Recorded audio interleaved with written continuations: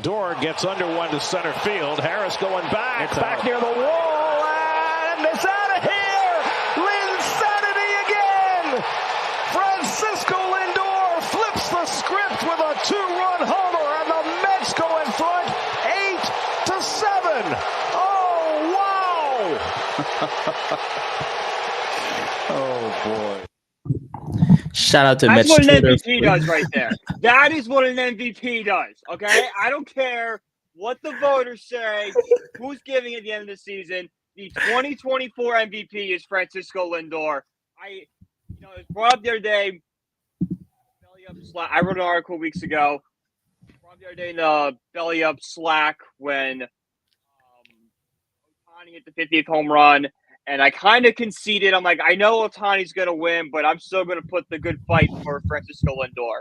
That's out the window right now. Yesterday, all right? Francisco Lindor is the most valuable person in Major League Baseball, all right? He's more valuable to the Mets than Ohtani is to the Dodgers. Because if you take Ohtani off the Dodgers, I can tell you what happens. They win 100 games, they're still they're in the playoffs, maybe not the 1 seed, maybe they get the 2 seed, but they're comfortably in the playoffs with a bye. You take Francisco Lindor off the New York Mets. The Mets have been dead since May. So if you want to go off value, it's Lindor. I aspire to be happy like you one day from a sports perspective. Shout out to Mets Twitter for that clip. Welcome to the Third and 10 podcast. I'm Nate. That's Brian here to my right. As you can see and hear, Brian is super excited because that video, Francisco Lindor hitting the game-winning 2-run home run in the top of the ninth, clinched a playoff spot for the Mets. What a game. I mean, it was back and forth. There's no way to describe what that game was than to just run down everything that had happened. So, go ahead, buddy. It's all you. Okay, let's do it. So we had the hurricane. Last time we all spoke, it was the hurricane in Atlanta. Mm-hmm. That's what we spoke last time. MLB, bad job. Don't throw that. Fine, whatever. MLB goes off. Mets go off to Milwaukee. They get beaten in the first 2 games. And then there's this feeling that the sky's falling. Like, here we go again. Blowing it in, Milwaukee this time. We're done. Thankfully for the New York Mets, the Arizona Diamondbacks were also blowing it to the San Diego Padres. So all the Mets had to do was win on Sunday and a Diamondbacks loss, and they would clinch. Worst case scenario, as long as they won, they could still make it. They win Sunday, Diamondbacks win, so that means they have to go to Atlanta and play in these meaningful games. The playoffs started yesterday for us. So the first game is huge because it's a doubleheader, and then right when you finish doubleheader, you got to get on that. You pop champagne, and you're getting on that plane and go to Milwaukee or San Diego. So your pitching was kind of, it was going to be taxed. You're going to use your bullpen guys. You might have to use a frontline starter that you would rather pitch in game 1, but since, you need a playoff spot, you have to pitch them in that game. For the Mets, Severino, we were saving him for game 2 because if the Mets won game 1, we could be like, all right, Sevy, you're going to pitch game 1 tomorrow against Milwaukee or San Diego. So that was always the hope, was win game 1 so you can save somewhat of your starting pitching and go out there with your rotation intact. Your bullpen's going to get taxed no matter what. But as long as your starters are okay, you can kind of piece your way together. Mm-hmm. So winning game 1 was super important. And for the first 7 innings, the Mets were dead. For whatever reason, Schwallenbacher of the Braves just has the Mets number, all right? They were uncompetitive in those at-bats. They were just overmatched, not putting in, very quick at-bats, 4 or 5 pitches. Schwallenbacher, I was texting my cousin, and I'm like, these guys need 7, 8 pitch at bats to run this guy's pitch count up. I said that, I want to say the 6th inning. I think he had a 7 pitch. He threw the amount of pitches I wanted to throw to one batter. All right, down 3-0 in the 8th inning. I've kind of accepted defeat. I'm like, all right, this game is over. The Mets look dead. Let's just, regroup. We're going to have to throw Sevy in game 2, which sucks, but at least the Braves shouldn't be trying. There'll be a lot of rest guys. We'll win, and we'll figure out the pitching tomorrow. Probably either maybe move Manaea up on short rest or throw Jose Puto out there and hope the bullpen just kind of piece it together. And then the 8th inning comes, and then they knock Schwarzenbacher out. Tyler Taylor has a double down the line. He's out of the game now. Then the Mets just rally for 6 runs. 6. In the 8th inning. And I am going absolutely ballistic. All right. I'm screaming. I'm jumping up and down. My chest started hurting. Like I thought I was gonna going through heart palpitations. I had to stand outside for a minute to calm down. Like I gotta get away from the TV because this has never happened before. This is normally happening to the Mets where they look dominant all game and completely fall apart. And when I saw Brandon Nimmo hit that home run, the first time I'm like, we won this game. That's the hammer. That's the nail. We beat the momentum. The Braves looked shocked. The fans were stunned. The Mets got this. And then the bottom of the 8th inning comes around, and we immediately hit Riley, I believe his name is. We hit him with a pitch, and he's on first base. And then when the next Brave guy I think Darno got a single, and then they take Phil Maton out, and they put Diaz in. And you're like, okay, 5-out saves. It's Edwin Diaz. He's been our guy. He's the highest paid reliever in MLB. Like, this is your moment. This is why we pay you. And then we come back. And SNY throws up a graphic that Edwin Diaz's ERA, days where he's pitched back-to-back, 4.47, I think it was what it was, or 4.14. Like, it was 4. And you're like,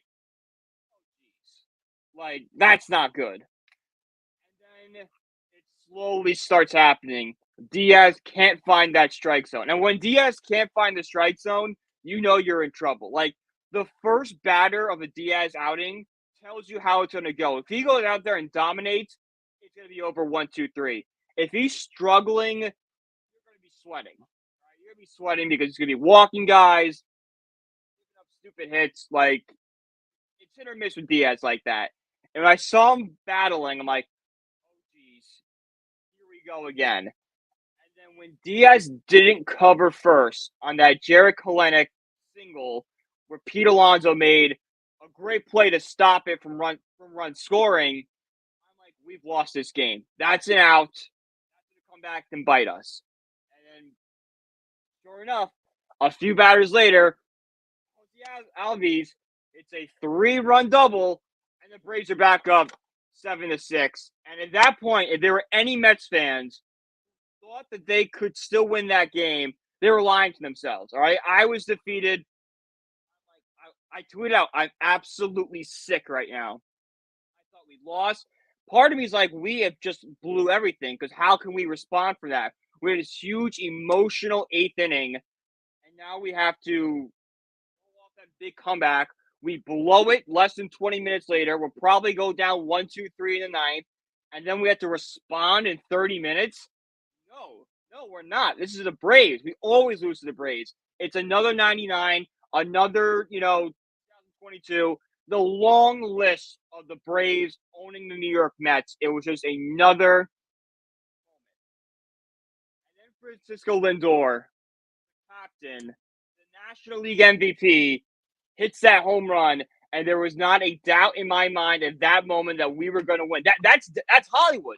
That is Hollywood. The man who was, had his back hurting, went through a horrible slump to start the year, to go on this unprecedented run and to be the guy. It's Jake Taylor in Major League running down the first baseline to beat out the throw, and Willie Mays Hayes scores, and Cleveland baseball team is going to the playoffs for the first time.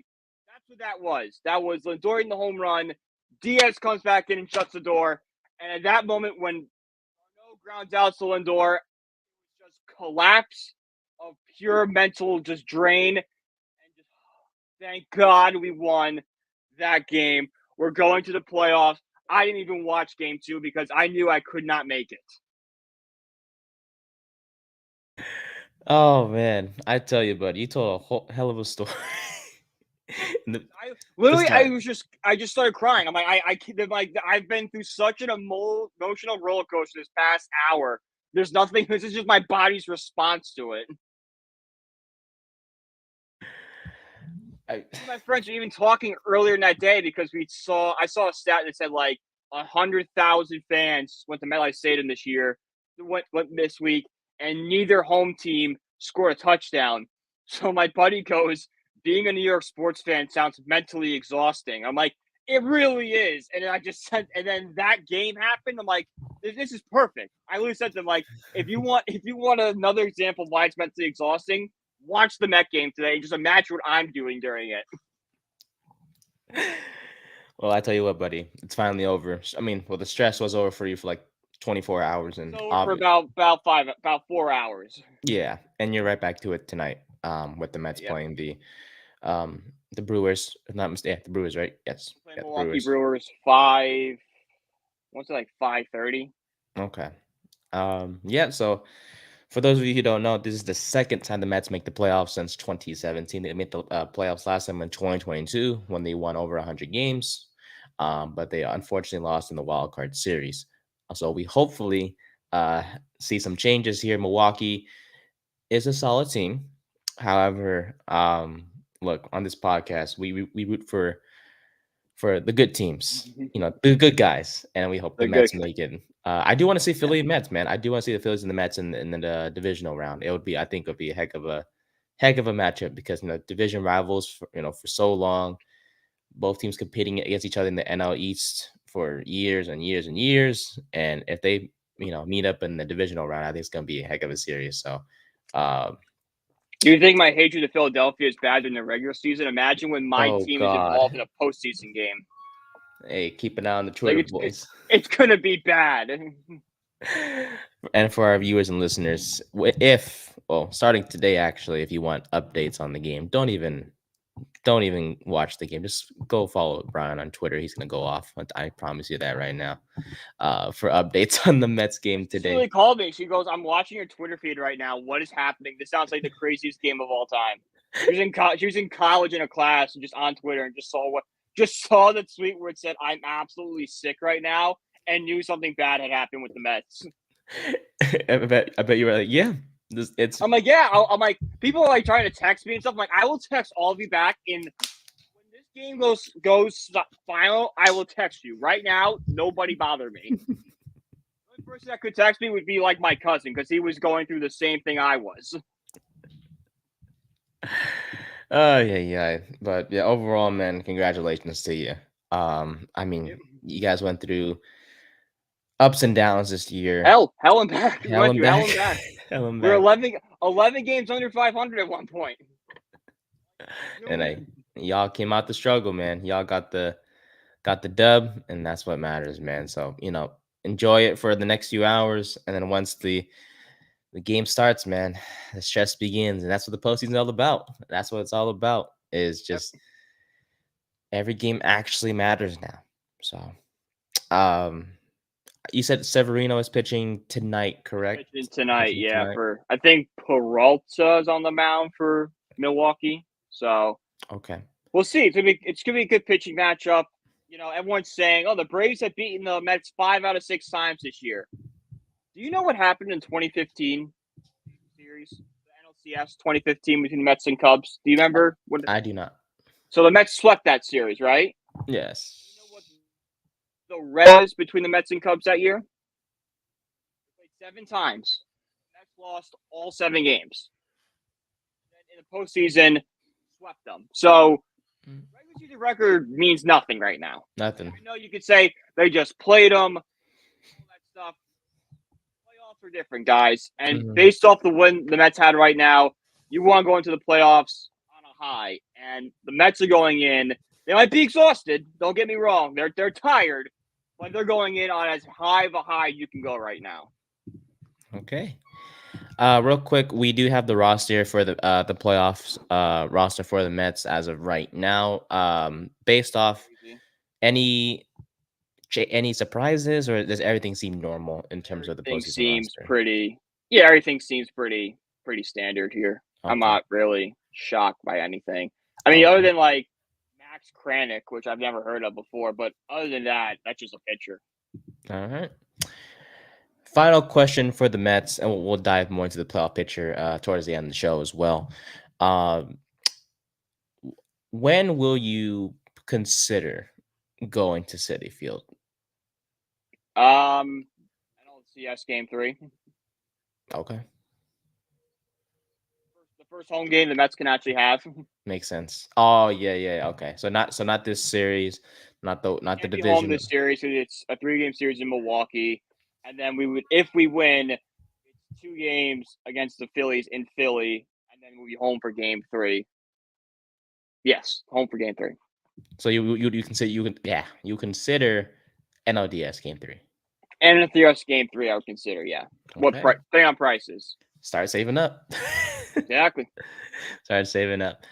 That's not the only good thing that happened to you this past week. I know, not only are you a Mets fan, a New York Giants fan, unfortunately, because they're a stressful team to root for, and we'll dive into them just a bit. But I heard from a little birdie that you landed a media intern job for the Bridgeport Islanders, which, for you guys, if you don't know, is the AHL affiliate for the New York Islanders. Correct? Yes. Yeah. Correct. So, AHL 30 for the Islanders. Yep. they're not the Rangers. No, but it's a job in It's sports. still a job. It's a writing job in sports. I'm super excited about it. It's gonna be really fun. Writing, doing all this different stuff. Just another step in this long journey of sports media. First off, how'd you get it? Just happy for the opportunity. How are you able to get it? You just I just applied online and stuff. Met the guy. Had a couple interviews. And impressed him enough, and it was, hey, want to come in? I'm like, yeah, sure. beautiful. Hey man, you deserve it. I mean, you've worked outstandingly on this podcast. You've always put the work in, and you've always grinded your ass off. So whether it's on the website with the articles or here on this podcast, you deserve it, man. So hopefully this leads to Speaking of bigger and articles, better. I promise the Notre Dame article is coming. It's been a very eventful past couple days. I was writing it this morning, okay? I was away all weekend, and then I had to deal with that yesterday. I don't blame you, buddy. I honestly, if you don't write an article at the end of the week, I don't blame you. It's coming. It's halfway done. It'll be done by this afternoon. It'll be up tomorrow on the site. Love the grind, my boy. Love the grind. But yeah, we'll talk more MLB towards the end of the show. But again, congrats to you on the media intern job and also your New York Mets making the postseason.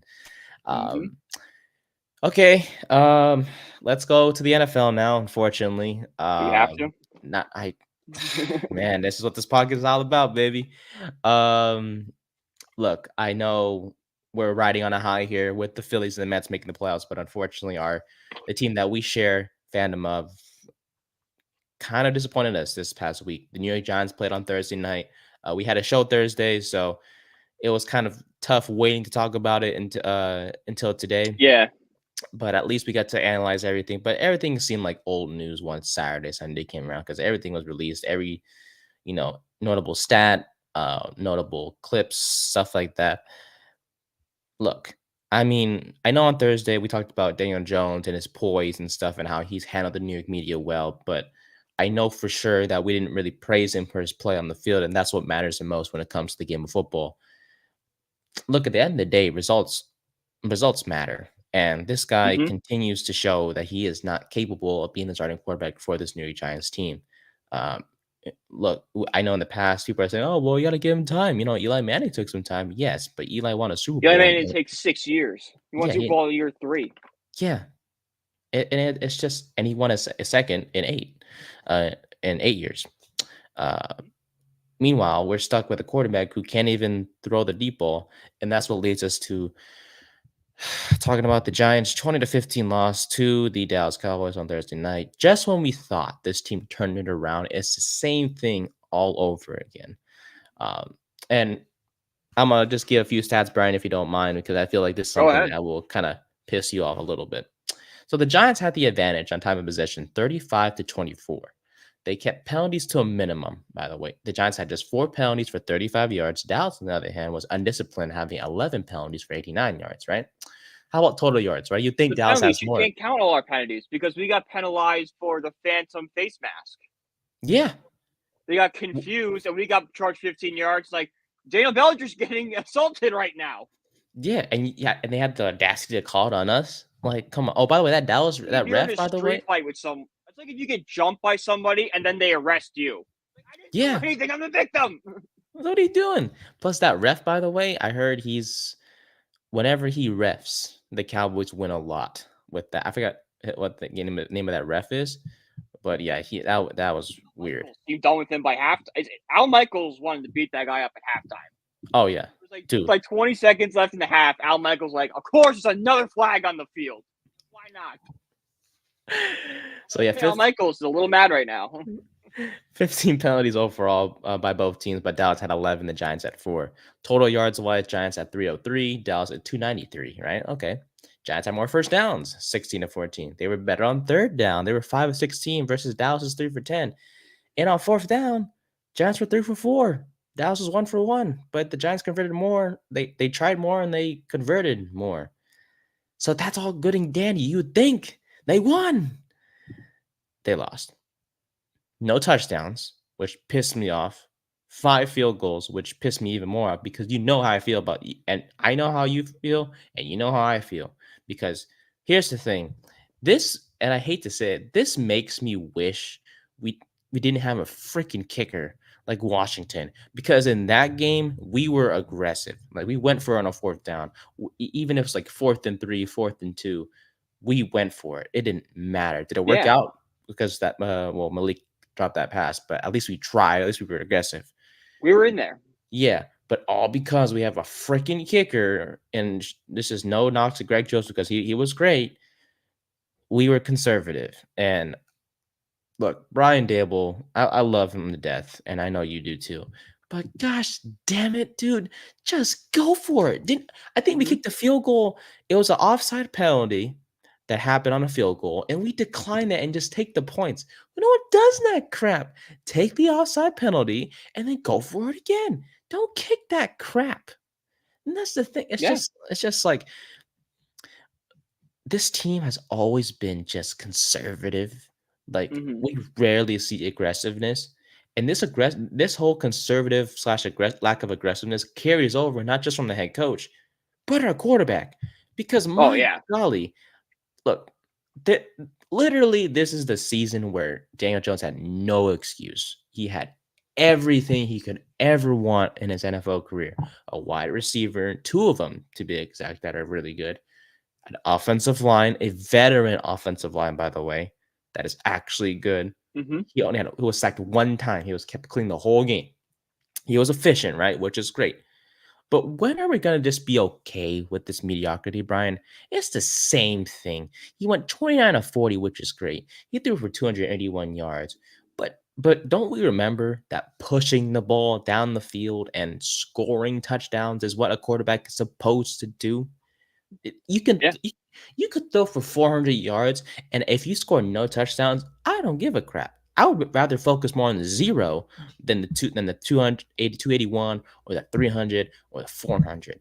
It's clear Jones can't do it this year. I don't know what the heck happened because I remember his rookie year in Tampa Bay against Tampa Bay. When he threw the deep ball. That was a different quarterback. Yeah, a completely different quarterback than that Daniel Jones. Daniel Jones that we saw in Tampa Bay in his first rookie start is gone. Yeah, have the shell of Daniel Jones. And we don't know the exact reason why, but for some reason, and by the way, he's never hurt his arm. His arm has never been hurt from what I remember. It's always been, legs, obviously with the ACL last year. Legs. I think he had an ankle injury his rookie year, or am I messing him up with Sam Darnold? I think some injury his rookie year because Eli came in for like 3 games because it was Eli's last game in MetLife. They beat Miami, and you remember him running off the field. It was something. But regardless, it's like we don't know what happened, and we're paying the price for it because so far this year on deep throws, it's probably a combination. It's probably a combination of injuries, lack of confidence from the coaching staff because you kind of know Dable doesn't trust Jones. It's kind of a bad secret. he loves Jones. He loves the work ethic and all that. Even he's realized, like, I can't do everything I want to do with Daniel Jones. There are, limits to what he can do, and I can't go past that, or else we're going to lose. Mm-hmm. Which probably leads to more conservative play calling because of it. Mm-hmm. Yeah, Joe Shane the same way, even though we've seen him say he has confidence in Jones and Hard Knocks. And what else is he supposed to say? Like, it's just normal talk. We knew New York didn't have the fullest confidence in Jones when they tried to trade up to 3. And Hard Knocks, we saw it this firsthand. This is their backup plan. Yeah. Like, it was presented in Hard Knocks as like, okay, they're building around Daniel Jones is the A plan. The same in the B plan was, okay, if they can trade up. The Giants were definitely trying to trade up a lot harder than Hard Knocks laid on because, the Giants control what came out of Hard Knocks and what didn't. Mm-hmm. And, a whole show about trying to trade up and failing and having to kind of step back and be like, all right, I guess we're kind of stuck with Daniel Jones. Mm-hmm. It's not a message John Mara wants to send out about what the Giants are doing. Like, no, we believe in our guys. Please come here. Because, like, if there's a whole show about we don't like Daniel Jones, we need to replace him, that looks bad on us. And you can say the Giants are right or wrong, whatever. A player's going to see that and be like, this is an organization that will, give up on a guy and kind of trash them in media. So I'm not going there. It's like getting a present from your grandparents that sucks, but you have to put on a smiley face and say, thank you, I love it, because you don't want to hurt their feelings. You got socks. Like, you got like a sweater from Christmas. You're like, oh, like, thanks. Like, I wanted Army guys, but this is cool, I guess. Yeah, like, it's like I really wanted this other thing, but I guess we'll stick with this one because you gave it to me.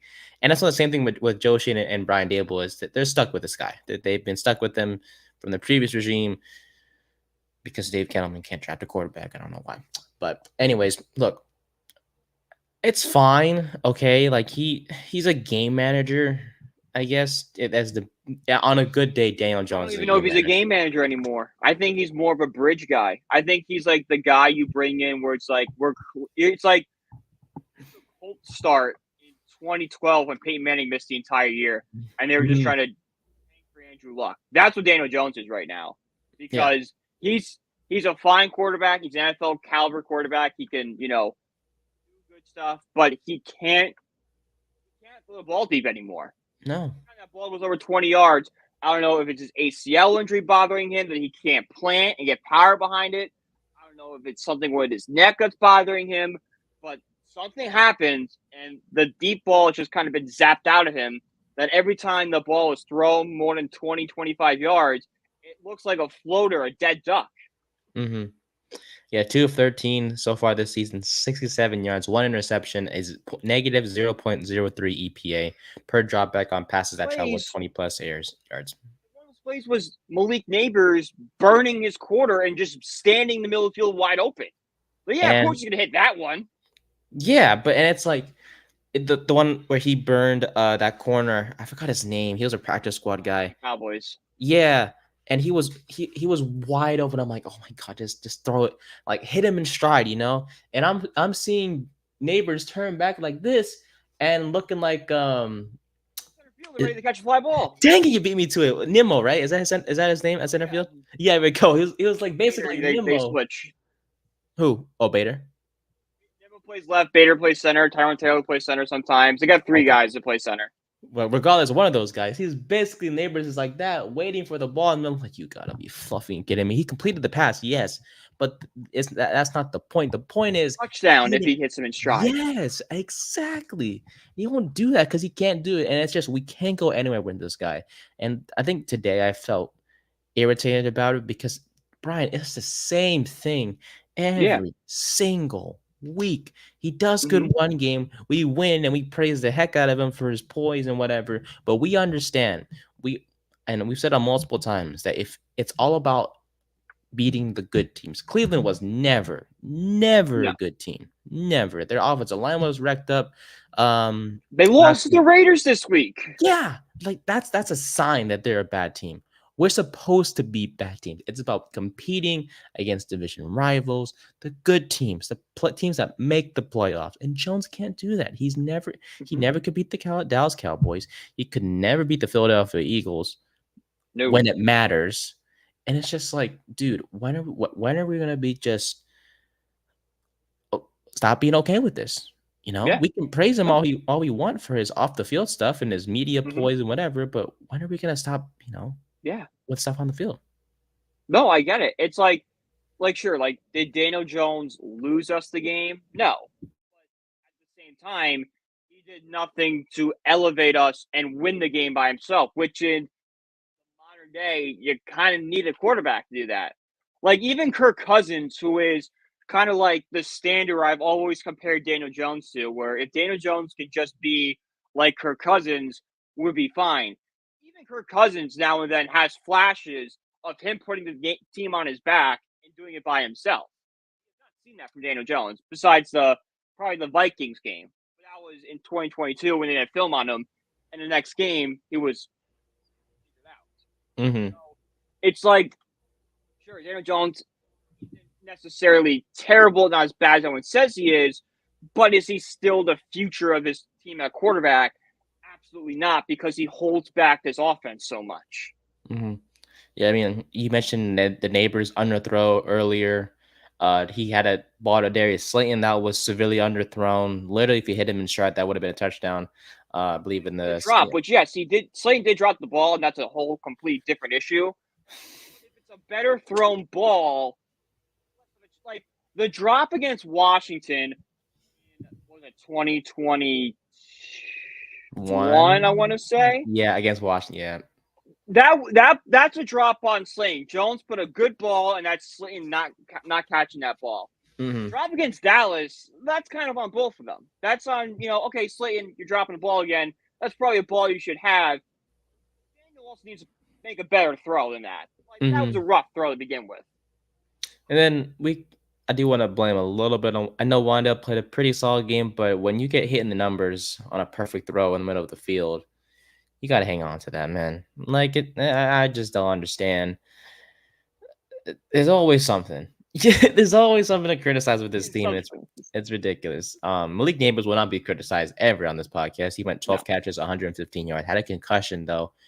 But he will be okay. Thankfully it's a long week, so he can kind of get out of protocol. Recover, exactly. So he should be good to go.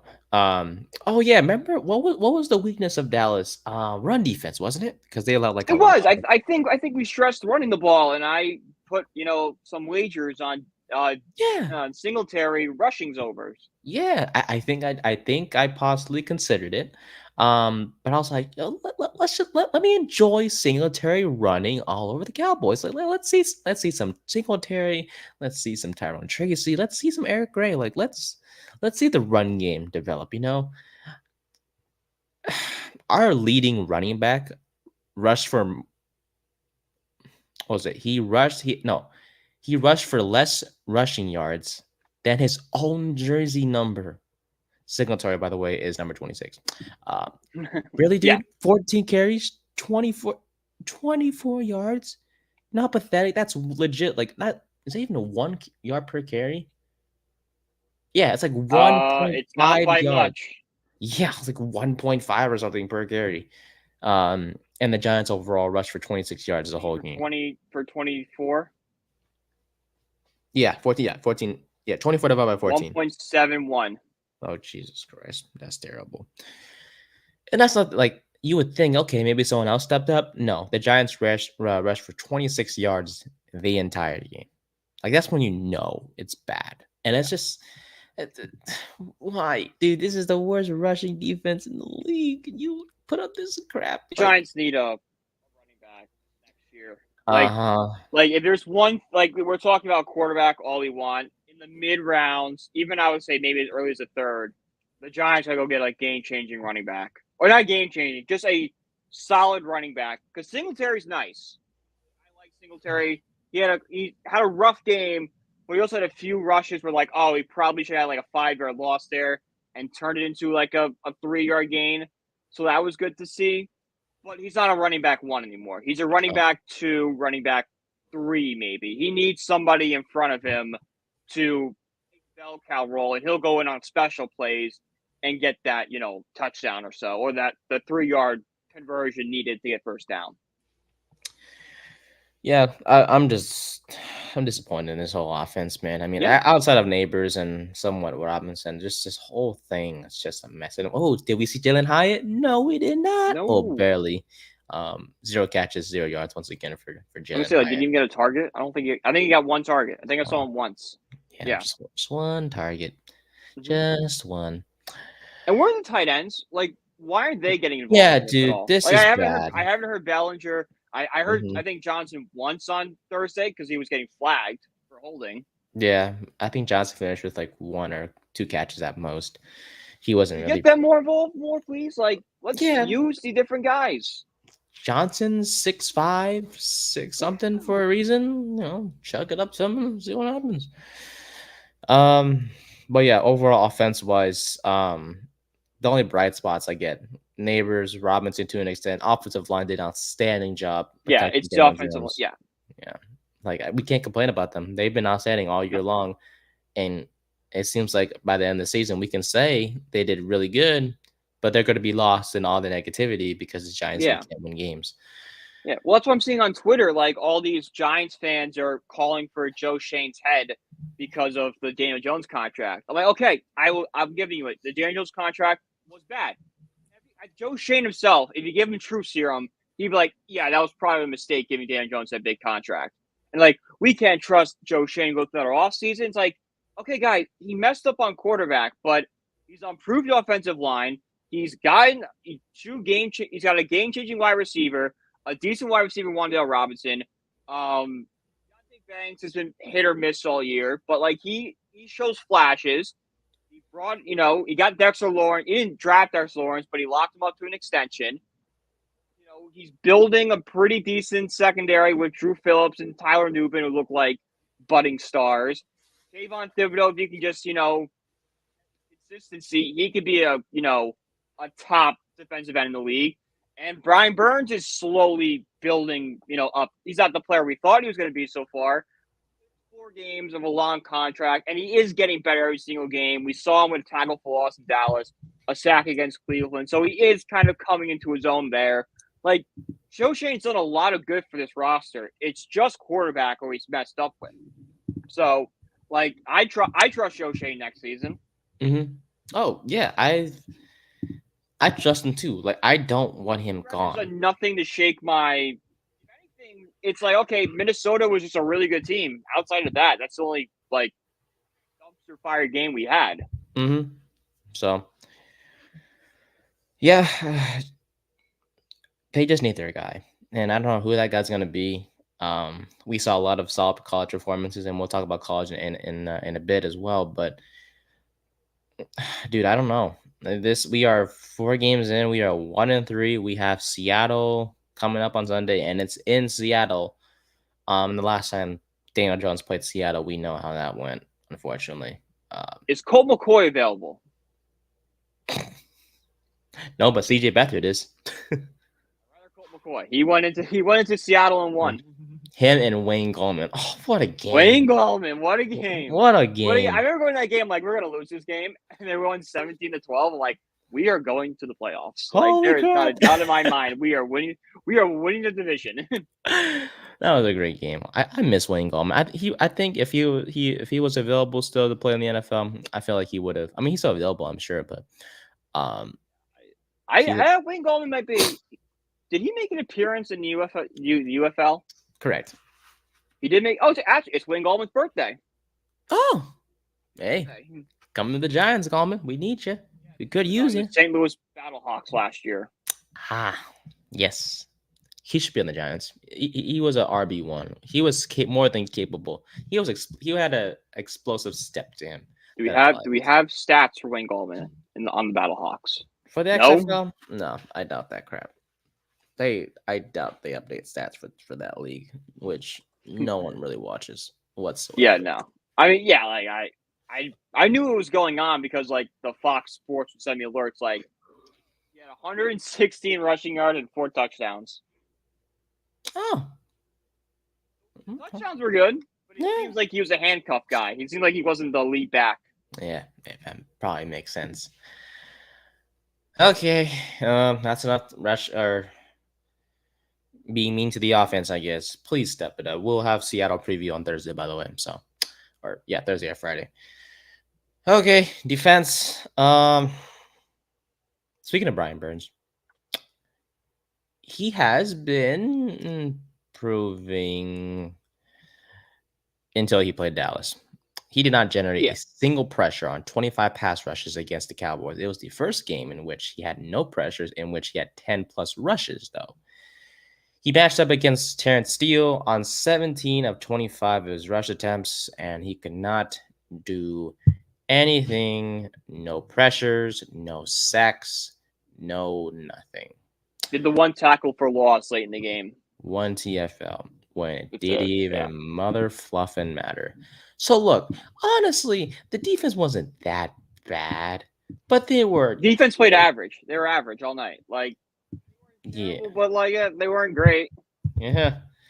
They allowed 2 touchdowns in the first half, and then that was pretty much it. They allowed 2 field goals in the second half, but that was it scoring wise.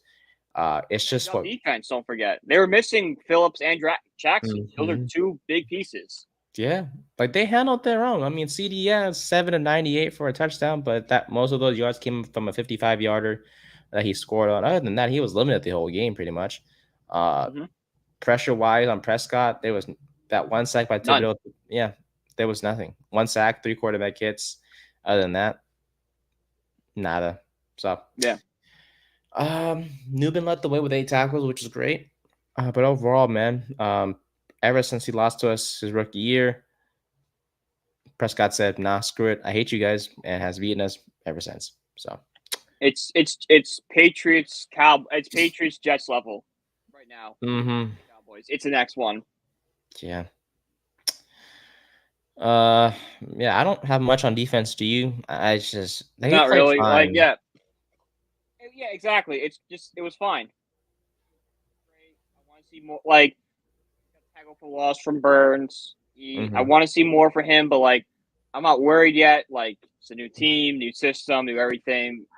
Guys, just take a second. They'll be fine. Kayvon got a sack, which I guess is good, but again, I want to see more. Like, everything that's fine, but I want to see more. It's basically my main takeaway. Yeah. Keynotes, injuries. Micah Parsons was carted off the field in the 4th quarter, has an ankle injury. He'll miss some time as well. DeMarcus Lawrence for the Cowboys, out for 8 weeks with a Lisfranc injury in his right foot. He'll be placed on IR.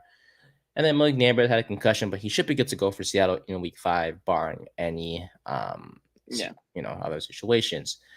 Before we go from the Giants to the NFL as a whole, 3 situations worth revisiting for New York. These are 3 4th down situations in which the Giants should, if we could go back in time, probably could have gone for it. One of them was a 4th and 4 situation from the 34-yard line. This was 9:08 left in the first quarter. The Giants went for it on 4th down and 4. In terms of win probability, it would have been up from 39% to 45% if they went for it on that specific situation. There was another 4th down situation in the second quarter. They're losing 14-6. It was 4th and 3 from the 15. This is where the Giants declined that outside penalty. Because it was originally 4th and 8, but if they accepted that outside, it would have been 4th and 3. So if they went for it, they would have increased their win probability from 18% to 24% at that time. Then again, in the third quarter, it was 4th and 3 from the 3-yard line. 8:45 left in the third. If they went for it, the win probability would have jumped from 26% to 44% at that time as well. So that's a bunch of numbers you guys probably just heard, and you're probably like, what the heck? What are you talking about, Nate? The point is, please, for the love of God, I don't care if you're 8 yards away, if you're 3 yards away, just go for the mother fluffing 4th down. Please. Just, I don't know, Greg Joseph, just tear your ACL or something. Wow. I don't know. Strong words. I don't know. Just something. Okay. Like, I don't want to see a kicker come out when we're 8 yards away from the end zone, dude. That's what frustrates me, and it frustrates you too. Yeah, I can't do it, go dude. for it. If it's if it's 4th and goal, there should be no, unless it's like, we were sacked and pushed back. It's like a 10 on 4th and goal. That's 4 down territory. Yeah, just go for it, man. These are NFL players. They're supposed to figure it out. Find Malik, find Wandale. I don't care. Just freaking go for it. But instead, we're stuck with this conservative freaking play calling because Dable doesn't want to trust his quarterback, and I don't blame him either. But at the same time, Jesus, at least try. And I think we'll just leave it there because I swear to God, I know we're gonna lose to Seattle. We'll preview them on Thursday, but I know dang well, especially what happened to Seattle this past week on Monday against Detroit. Great game. Oh, ain't no way we're beating Seattle. No way. It was different. It was like watching a different sport. Mm-hmm. I was watching Detroit Seattle last night. That was a game, by the way. Great game. Real quick, Giants signed Kearis Jackson to the practice squad. He's a receiver / kickoff returner. Who cares? Yeah. And the Giants worked out CJ Beathard at quarterback. So, I don't know. Yeah. Tweet by Brandon London, by the way. After looking at the Rashee Rice news, this is pure speculation, he says, and he feels like he's tweeting crazily in a way, but he feels conspiracy theory. It's got some QAnon stuff going on. In a way. He says the Chiefs he feels like the Chiefs are going to trade for Darius Slayton. Sure. Sure. Yeah. Take him. Why not? Give us a fourth. Yeah. Screw the fourth. You can have him. I'm done with him too. I'd rather take, and like Darius Slayton's a fine receiver, but I'd rather take the lottery ticket. What impact is Slayton going to have on this team other than being like that, second wide receiver who really should be like a fourth wide receiver type guy? Mm-hmm. He's gone like a guy who's here. Yeah, exactly. Like Neighbors is taking wide receiver number 1. Robinson's probably jumped over him as wide receiver number 2. So right now he's 3rd on the depth chart, and even then it's an unimpressive 3rd because, I don't know what we're gonna get from Jalen Hyatt anymore. But I know in free agency you can find somebody right now that will give you the same production Darius Slayton has. I.e. Jalen Hyatt. You want to bring up Hodgins from the practice squad. Maybe he's got something left to him. Bring back maybe an Allen Robinson, who we cut him back. Like Slayton's a fine receiver, but like the kind of receiver you can kind of find anywhere. Like it's not hard to replace that kind of value. And I love Slayton. Like he's a great teammate and all, defending his quarterback and whatever, but it's like this. I don't care, bro. You drop passes all the fudging time, and it's just like, when is it gonna stop, man? Catch the damn ball. Whatever. Okay. Wouldn't that be great? The Chiefs get prevented from a 3-peat because Darius Slayton has to drop. Like it's not just us. It's like I told you guys. Basically, told you guys. Hey, they took one receiver from us, and Travis Kelce was like, I don't understand why the Giants traded for him. Yeah, because he's an absolute head case. That's why. He proved it in 3 weeks with you guys. I think he signed with the Browns. He did. He did sign with the Browns. That's why they're trash. There we go. There we go. All right. Let's move on to the rest of week 4. As always, every week when we break down the weekly takeaways, we start with you, Brian. What were some takeaways from game 4 of the NFL season? Frauds. I came on this show on Thursday and said that the Buccaneers are going to win, and I was told that I was being biased. Not. Yes, it was you. It was me. That's right. The Eagles. This can get bad really quickly for the Eagles here because Jalen Hurts, there's a lot of question marks surrounding him right now. Is he still a guy? And Sirianni has to be on the hot seat after this because he is just not a good coach. Like, that Super Bowl was an outlier.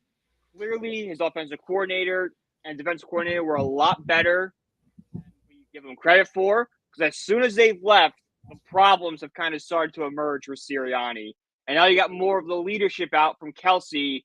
These problems just keep rearing their ugly head and becoming worse and worse. Like, what is Sirianni's biggest accomplishment?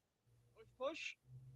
Revolutionizing the tush push? But, like, how is that any different than running the QB sneak in Madden? Like, you've just been doing something I've been doing since I was, like, 10. And just, you did it, you found a way to make it, like, hit every single time, which is impressive. You're not reinventing the wheel here, right? That has been in football for 100 years now. I mean, no A.J. Brown, no Devontae. Oh, so when the quarterback doesn't have weapons, he struggles. I think I've heard this before. Yeah, we've been through it multiple times. But for us, at least our quarterback made the playoffs. Quarterback was blamed for that problem. Well, Jalen Hurts, like, it's not Jalen Hurts' fault. Why did Jalen Hurts get the excuse? See, biased. Interesting. For those of you who don't, the Bucks won 33-16. And It was very fun game to watch. Of course it was. I was driving all day on Sunday, so like I didn't get to start watching until like 2:30. When I pulled in my driveway, I just looked at my phone and saw the alert. Eagles down 21-0. I'm like, I can decide right now. So yeah, shout out to the Bucks, man. Heck of a win. And the Eagles, yeah, they got some issues that they got to work out. They're 2-2, but not a very impressive 2-2. They're 2-2, but like they probably should have lost that Saints game. That's true. That is true. Their only impressive win was the game in Brazil. Outside of that, it's been 3 very mediocre performances from the Philadelphia Eagles. All right, what else you got for me, buddy?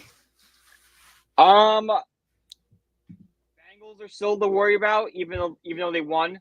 Yeah, they won. Yay! But I'm still concerned because they let the Panthers kind of hang around that game a lot longer than they should have. Like, it was 21-14 at halftime, and there was a realistic shot that Andy Dalton was going to have his revenge. So if you're a Bengals fan, like, I know you almost beat the Chiefs, but I think that's washed away now because you start off 0-3. I know the Commanders are, might be the team that beat in the NFC right now. They're just a really, really good football team. Hats off to them and Jane Daniels. I'm sure we'll talk about them more in a minute. But if they can't beat them and they struggle against the Panthers, how are they going to do going down the stretch? It's not Burrow. It's very much on their defense. But you got to be concerned if you're a Bengals fan right now. Especially when the Ravens just beat up on the Bills like they did.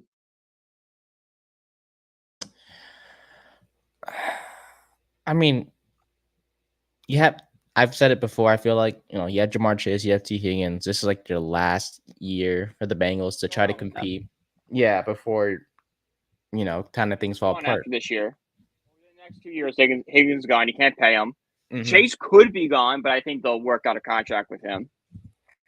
Oh, yeah, they haven't worked with anything on. They haven't worked a contract with him yet, huh?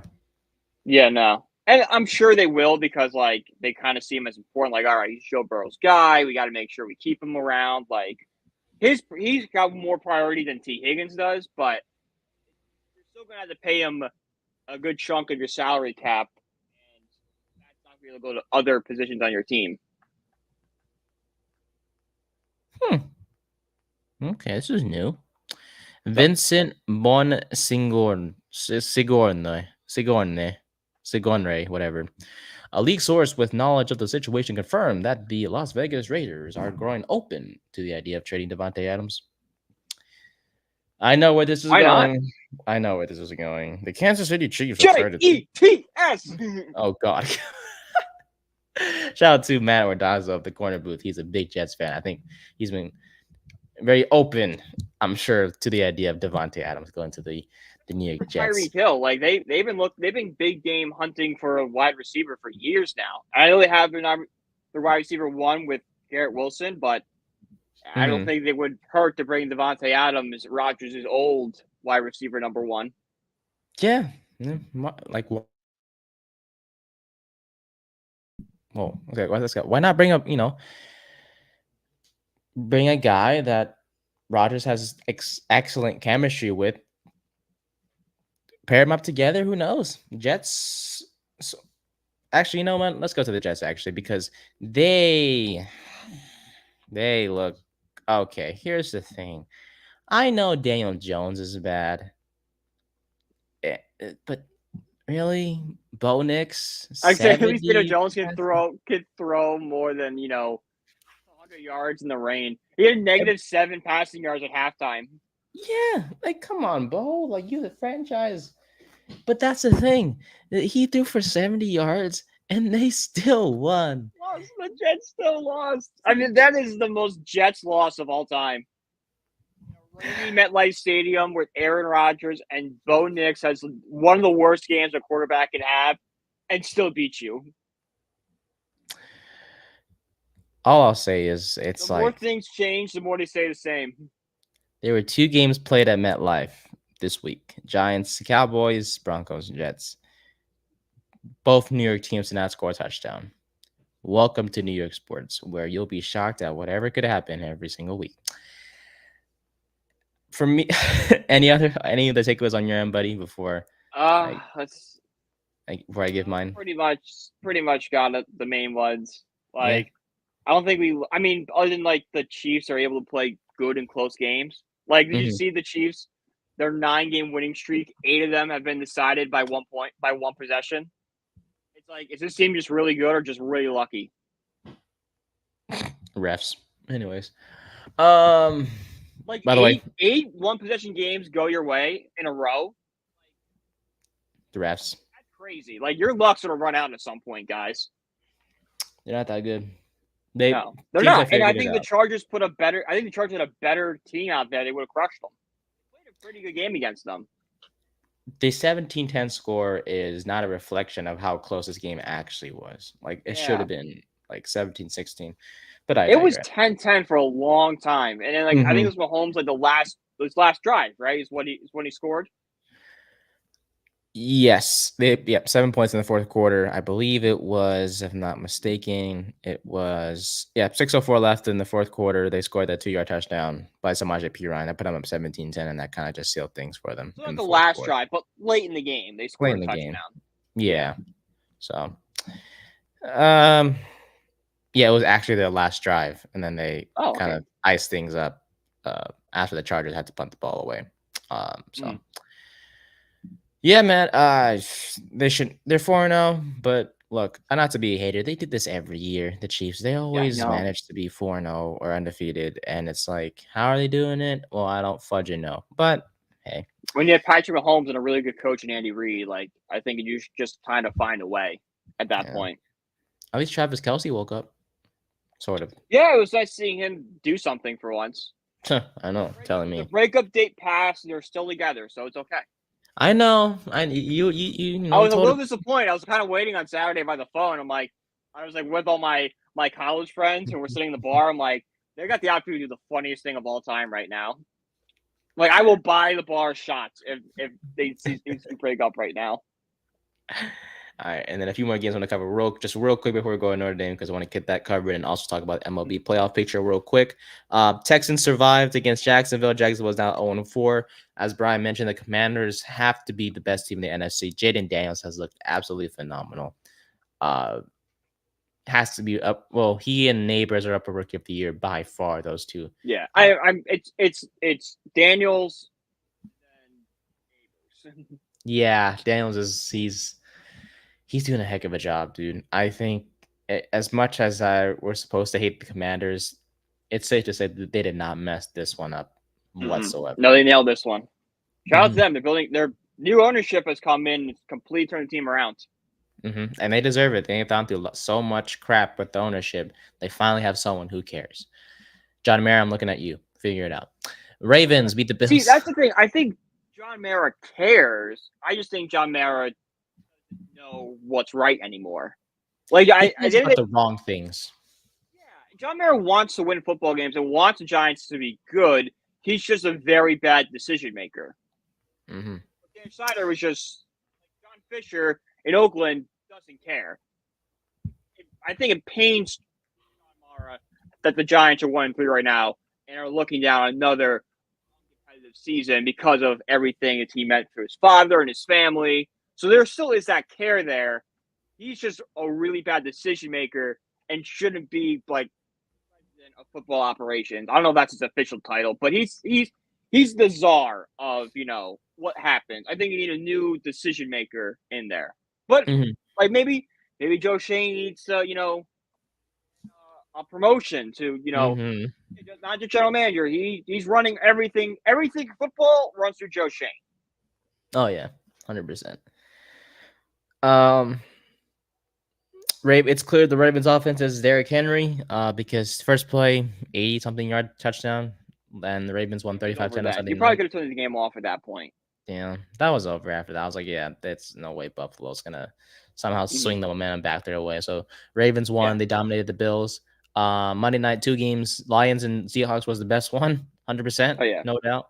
If you watch Jaguar, like I had Titans on during like commercial breaks and stuff, but like you watch that whole game, you have a second screen at least. You have one screen, and you decide to watch Titans and Dolphins. Yep. I'm gonna research some head examining places in California. I'm gonna need you to go to one of them. Thank you, buddy. This is for your good. Okay. I don't know how. I knew that game was bad beforehand. I'm like, I'm literally just watching this because it's football. What else on? Mason Rudolph versus Tyler Huntley. You can't get anything better than that. Yes, you can. Geno Smith versus Jared Goff.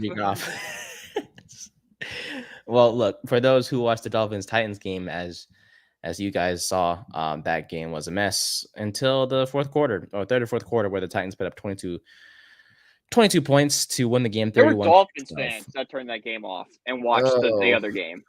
Yeah. Okay, so maybe Tua wasn't overpaid after all. Maybe Tyler Huntley and Skylar Thompson aren't the best options in the world. But hey, look, for those guys who watched Seattle and Detroit and wasn't crazy like me, Lions, hell of a game. 42 points. Jared Goff even caught a touchdown. By the way, I was asked at work because there's this rule in place, or not a projection in place where a quarterback can have more than 0.5 rushing plus receiving touchdowns. And someone asked me, how can a quarterback catch a touchdown? Well, Jared Goff. There you go. That the Philly special. Yeah. Honestly, they ran. No, I was gonna say they ran it better than Philly, but no, you can't. Philly ran that play in the Super Bowl. It's only demoralized because they won the game and it was their first Super Bowl of all time. Yeah, pretty much. Peterson and Nick Foles are on a statue outside the Eagles Stadium. Oh, they don't have one yet? There is. There's a statue of Nick Foles and Doug Peterson. Like, I get why the statue's there. It makes total sense. But so funny with no context. Why is the Jacksonville Jaguars head coach and a retired NFL quarterback who's a journeyman quarterback outside the Eagles Stadium? Like, what is this? The average fan's probably like, what does this mean? And it's like in 30 years, like, why are these two together? But yeah, those are week 4 takeaways. Yeah, so 2 more topics to go. Notre Dame. I would like to admit I made a mistake. On the Corner Booth podcast, we do a 6-pack, which basically we pick. Jared, the main host, he picks 6 games that we make our picks on, and we compete in this point system. Notre Dame and Louisville was one of the options, and I love you. I shouted you out on the show, by the way. I was like, Brian's my guy. I love him. But I was scared because of Riley Leonard. And you have to admit, I don't disagree with you. I was the same way. But I was like, okay, with that being said, that's why I went Louisville. And then on Saturday, I looked at the score, and I'm like, son of a gun. I have to admit to Brian that I messed up. So you can take the reins on this one. How did the Irish take care of business against the Louisville Cardinal to the dismay of my. Well, I mean, for one, we finally got a good passing game from Riley Leonard. Like you said, the main concern about him was the inability. I said on this show, I don't think he's a good passer. 17 for 23, 163 yards, 2 touchdowns, the first time in his Notre Dame career. He's had 2 touchdown passes, so that was really good to see. Great house with a great receiving game, four receptions, 61 yards, and a touchdown. That was the main thing. The Notre Dame offense able to score quickly. That's a big part of it. The second one was making the offense uncomfortable. Like Notre Dame had 3 sacks, and 7 tackles for loss. They were in there getting to Louisville's quarterback and not allowing the play to develop, making him scramble, making him have bad decisions. So it was a template for Notre Dame to use going forward, and it kind of washes the taste of NIU out of your mouth. I don't want to say it's gone completely because it is still there.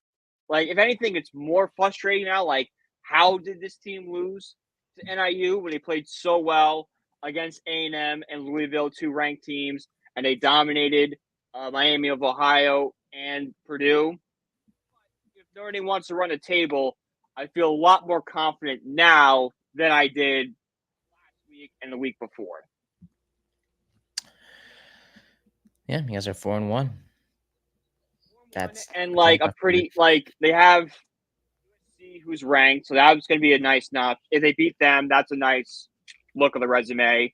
They have Army, Navy, who are pretty decent this year, are actually receiving top 25 votes. So those are 2 good teams. So Notre Dame goes 11-1. Yeah, you lost will be bad and will stick out. But when you beat 3 ranked teams and have the potentially 5 ranked teams, because who's to say that Army, Navy don't become ranked at some point, Texas A&M doesn't move up, and Louisville and USC stay ranked.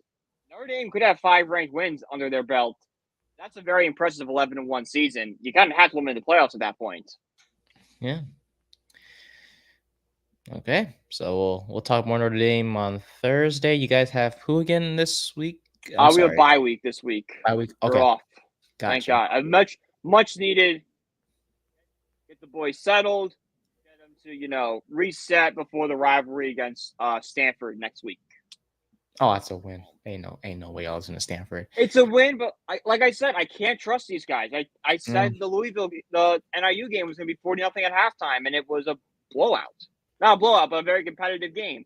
So there's no guaranteed wins for the Irish anymore right now. I can't give them that benefit of the doubt.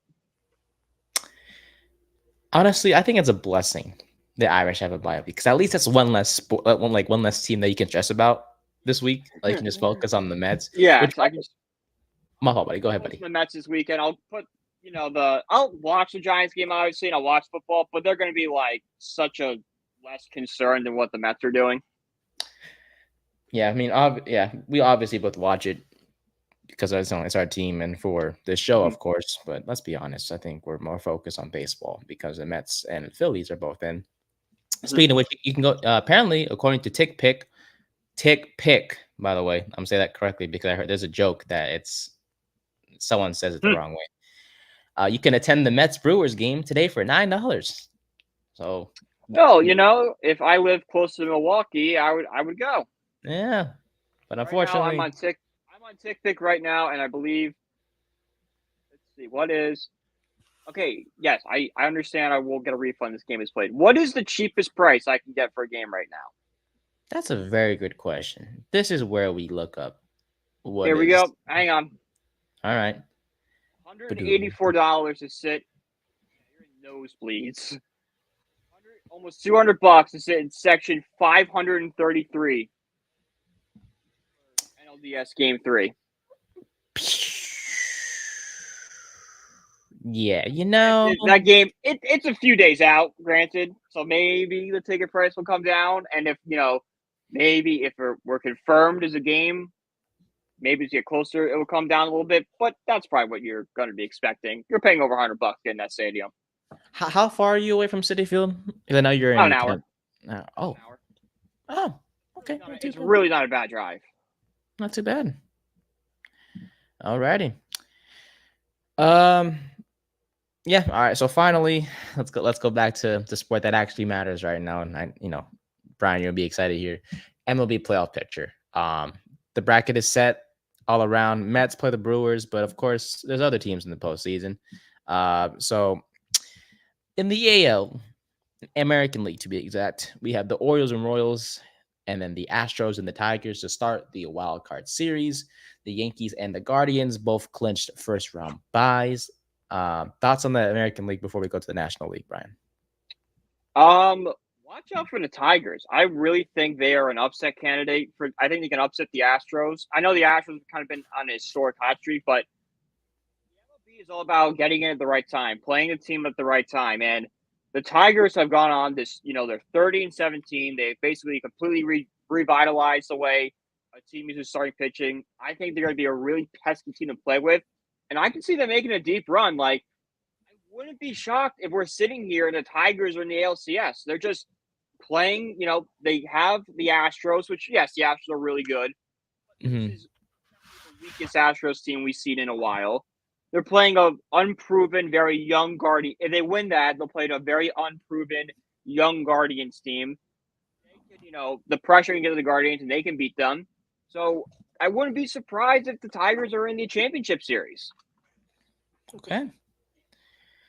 Yeah, I mean, Yankees, to me, they'll make it to the ALCS. It's a matter of how far they'll make it. I know recent history shows they're not the most successful team in the playoffs, but number one seed, best team in the AL for a reason. I expect them to be in the ALCS.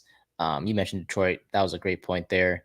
Can the Orioles possibly bounce back after what happened last year where they made the playoffs? It was a great season, but they just stumbled in the wild card series. We'll have to see. Playing a Royals team that kind of came out of nowhere this year, so maybe the high-end talent kind of outweighs that magic. Yeah. So I guess who do you have coming out of the American League when everything is said and done? I think I'm going to go with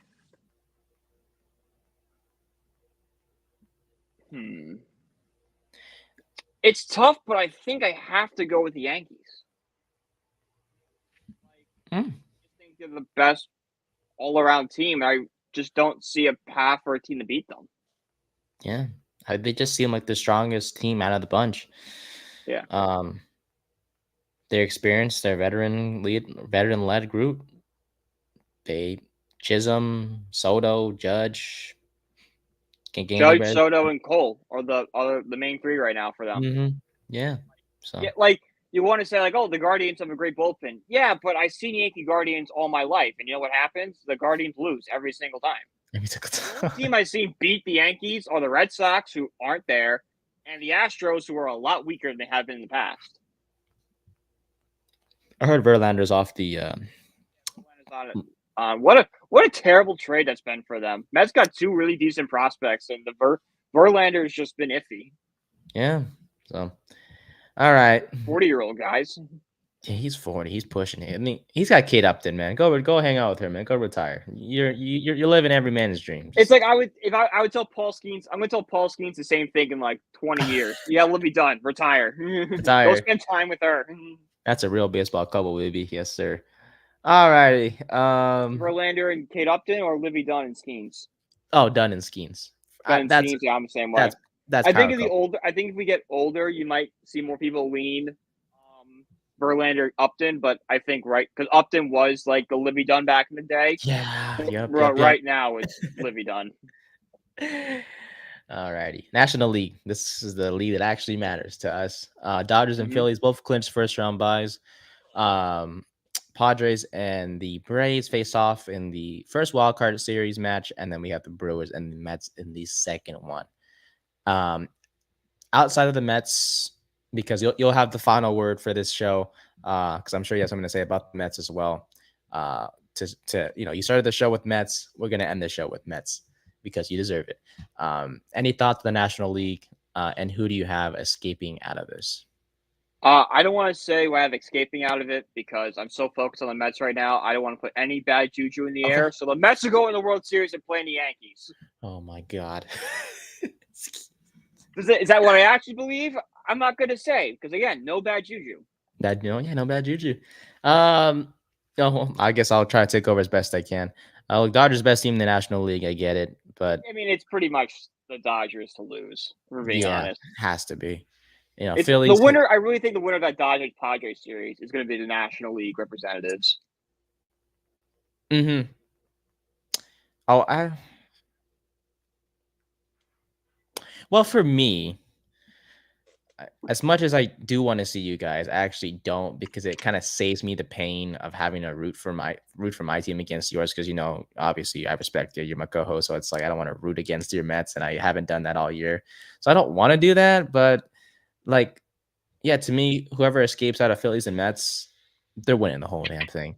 There's just something about New York, the Mets. Like, you guys pulled off the most craziest win, yeah, against the Braves. Which is And nothing we do. We don't beat the Braves. Like, I feel like people do not beat the Braves ever. yeah. So there's something that if you somehow escape Philly, you go into LA, and with everyone saying, "Oh, LA is gonna sweep y'all, or they're gonna take over," there's just something about it, and I feel like the Mets will pull it off. But I hope it doesn't come down to that. Well, it might have to, because like I said, the Phillies will likely play the Mets if the Mets win the wild card series against the Brewers, but we shall see. I have the Phillies. I love my guys. I trust them. I know that they made the NLCS last year. It broke my heart because Arizona was a pretty solid team, and they made it past us some way, somehow.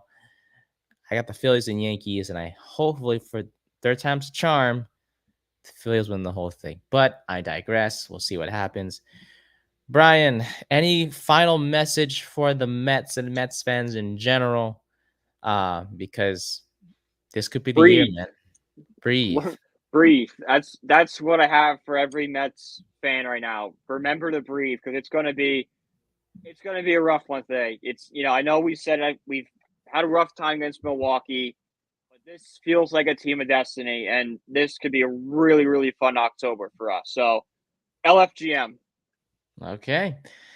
Well, that'll do it for this episode of the Third and 10 podcast. Yet? I'm sorry? 5:32 yet? That's first pitch. Hang on, baby. I can't survive for another 3 hours. You just gotta hold on.